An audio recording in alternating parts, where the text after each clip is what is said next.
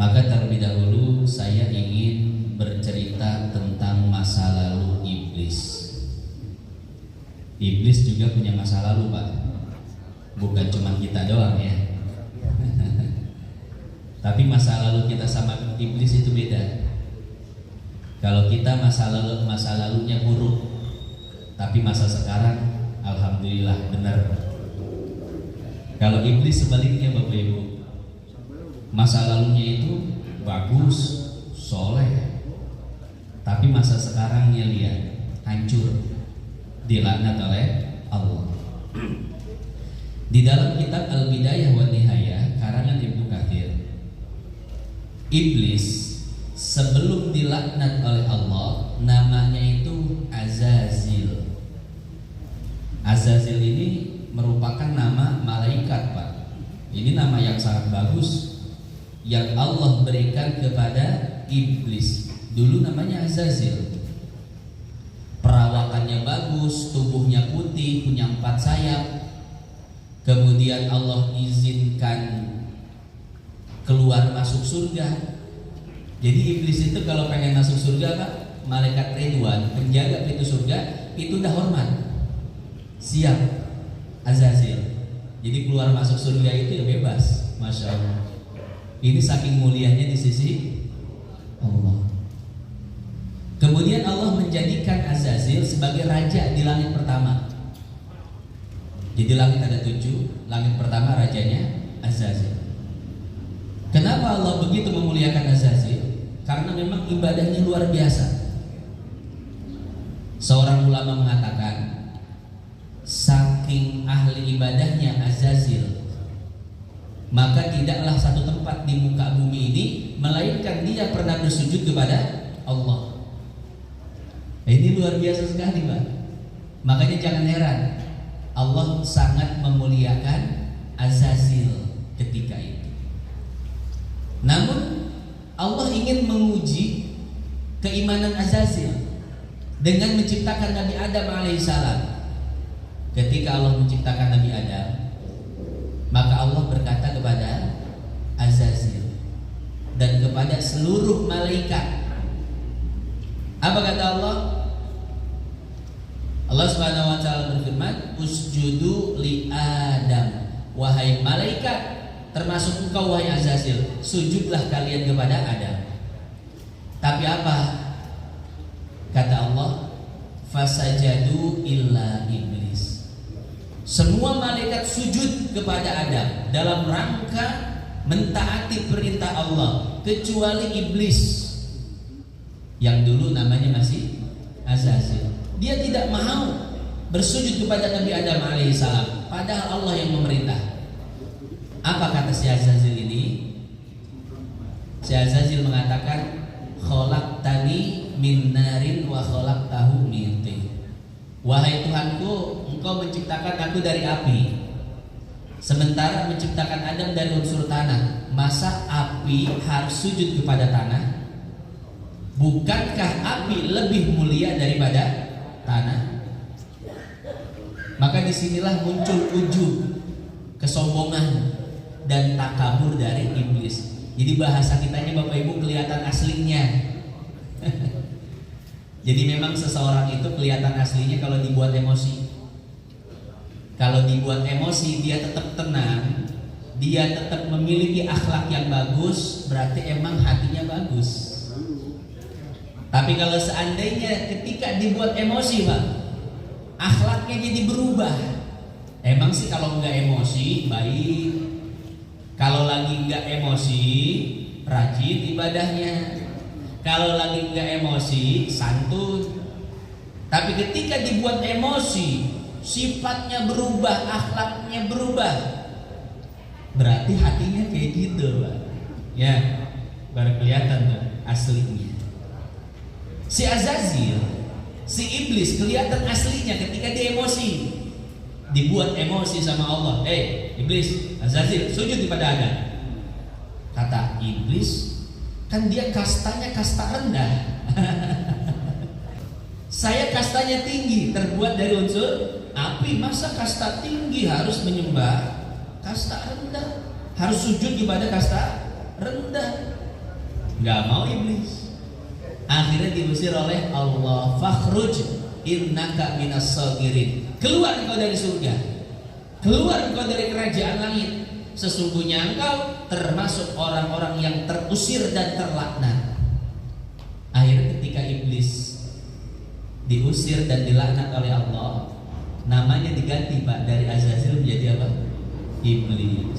Namanya jelek banget. Ini iblis kan jelek sekali artinya. Iblis itu artinya yang jauh dari rahmat Allah. Yang tadinya rupanya parasnya indah bagus seperti malaikat, ketika diusir dari surga dan dilaknat oleh Allah, diganti rupanya menjadi seburuk-buruk rupa.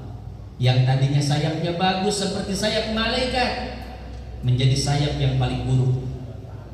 Yang tadinya rupanya bagus putih menjadi merah, ada taringnya, ada tanduknya, lubang hidung kita ke bawah, dia ke atas.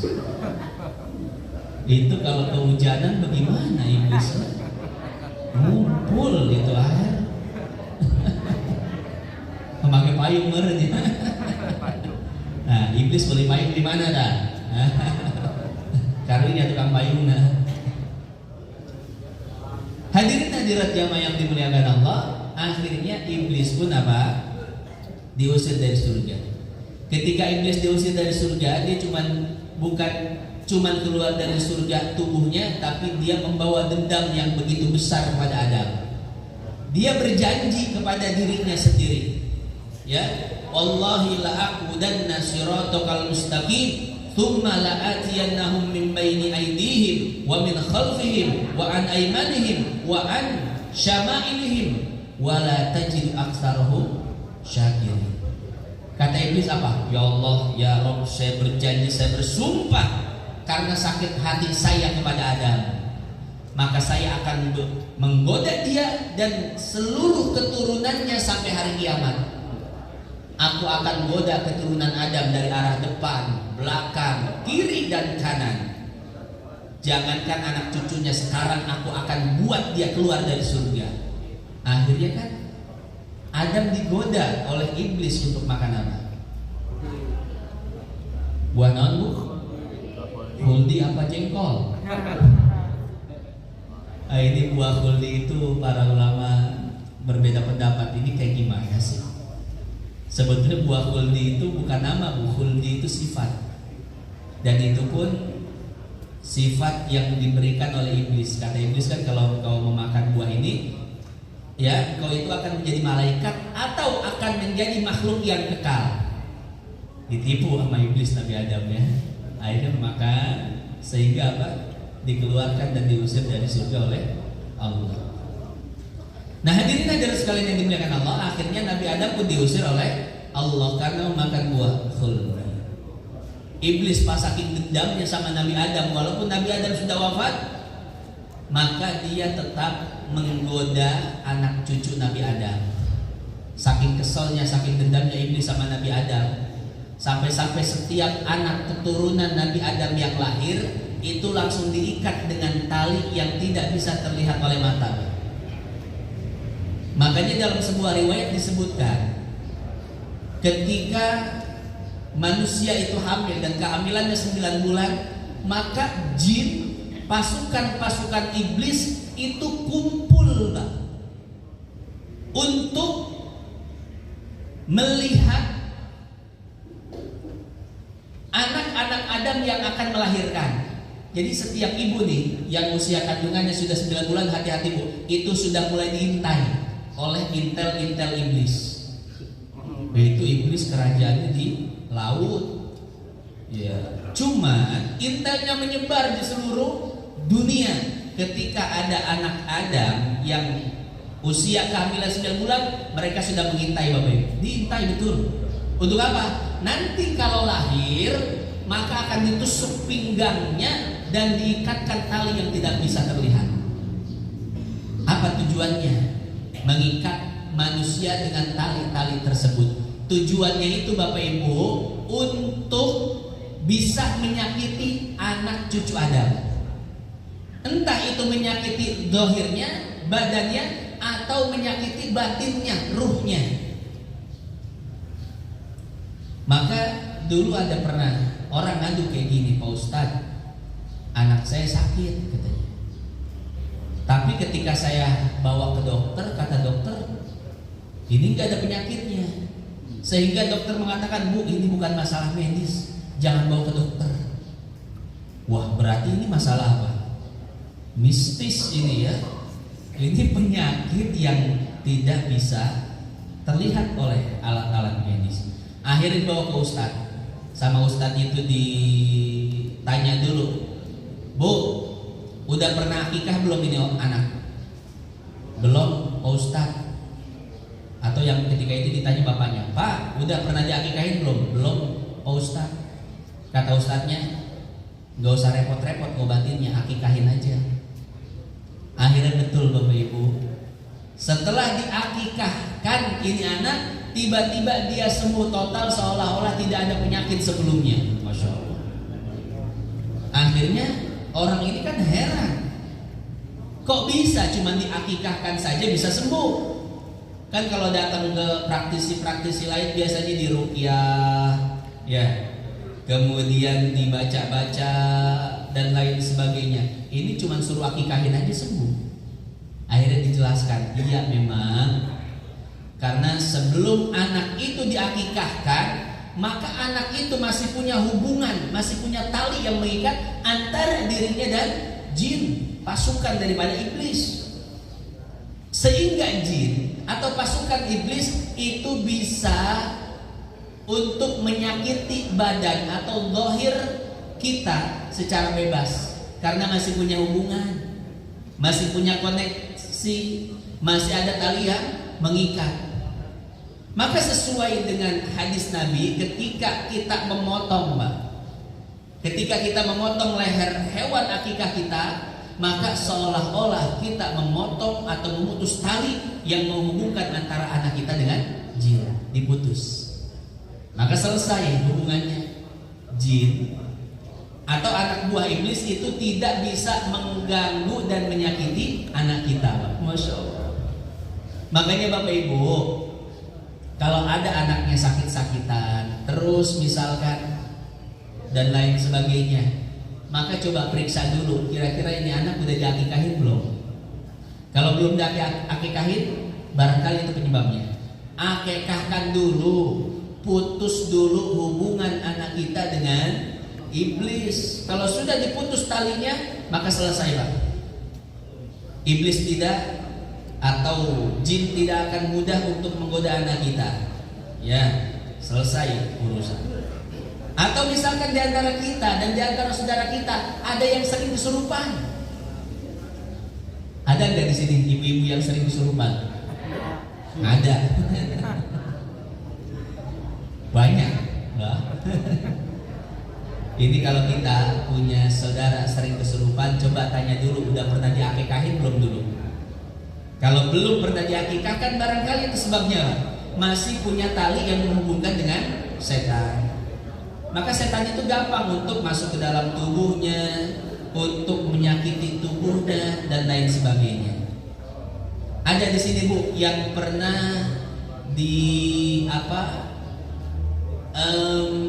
diguna-guna. Ada nggak yang pernah diguna-guna, diteluh, disantet dan lain sebagainya? Paling nggak dibuat linglung. Nah, coba kalau ada akikahin dulu. Barangkali penyebabnya adalah karena belum akikah. Itu akikah manfaatnya luar biasa sekali Bapak Ibu. Ya, itu yang pertama. Yang kedua, ternyata setan mengikat anak kita saat dia lahir. Itu kan hadis sahih riwayat Bukhari. Karena ingin menyakiti batin anak kita, Pak. Jadi batinnya itu sengaja agar gampang dibisiki. Maka sekarang kita Bapak Ibu, kalau hati kita masih suka dengan maksiat, kayaknya tarikan ke maksiat itu kuat sekali, Pak. Ya, kita ngelihat perempuan kayaknya pengen terus bawaannya. Ibu-ibu juga kalau udah ngumpul nggak bisa nahan gosip, kok pengen ngomongin mulu. Ya, sedep banget kayaknya ngomongin orang. Seolah-olah batin kita itu condong kepada maksiat dan sulit untuk diajak ibadah. Maka perhatikan akikah kita. Tanya orang tua, kira-kira kita udah diakikahkan belum? Kalau belum, barangkali itu sebabnya. Sebab kita malas ibadah, sebab kita condongnya ke maksiat terus, sebab maksiat itu begitu kuat menarik kita, kita tidak mampu menahannya. Coba periksa akikahnya. Ya. Atau kita punya anak yang nakal, bader, gak pernah mau disuruh sholat, gak pernah mau disuruh ngaji, bahkan melawan kepada orang tua. Coba Bapak Ibu periksa, ini udah diakikahin belum anak? Kalau belum diakikahin, barangkali itu sebabnya. Nah oleh karenanya ini pentingnya akikah Bapak Ibu. Ya, pentingnya akikah adalah untuk memutus hubungan anak kita dengan siapa? Dengan jin, dengan setan, dengan iblis. Nah, di sini kita tahu, di sini kita sadar betapa pentingnya